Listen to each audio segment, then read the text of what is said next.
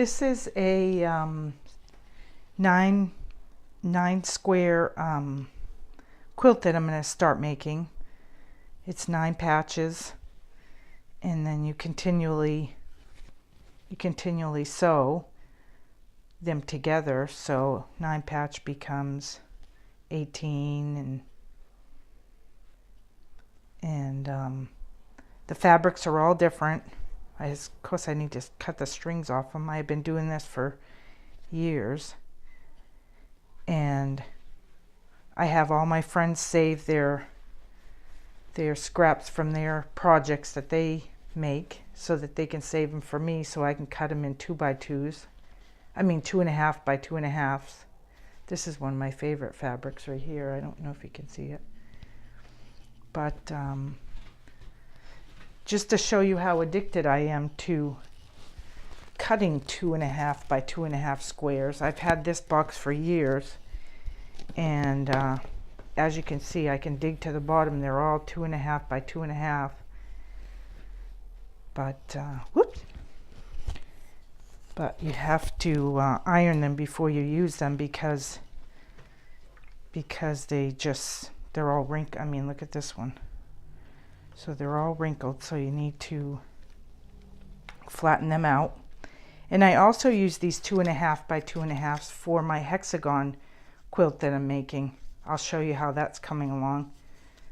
But you fold it up like that and like that.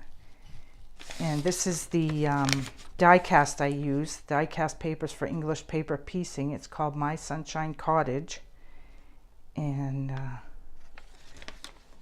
that's a great product. I bought that quite a few years ago.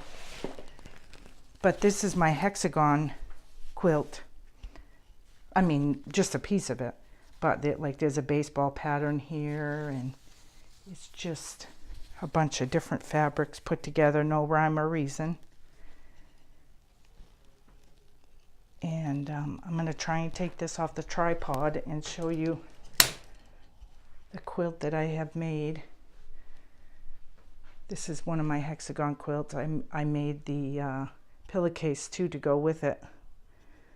This one I like a lot better because the fabrics go a lot better together. They're more florally than the one that I have that I'm working on now. But this is my first quilt I ever made, and the fabrics are just beautiful. And there's flaws in it, of course, because it was my first quilt. But the lady that quilted it for me, I did not do the quilting itself. She was very impressed with it. But if you're a quilter and you enjoy scrappy quilts and crafts, please subscribe to my channel, and hope to see you back soon.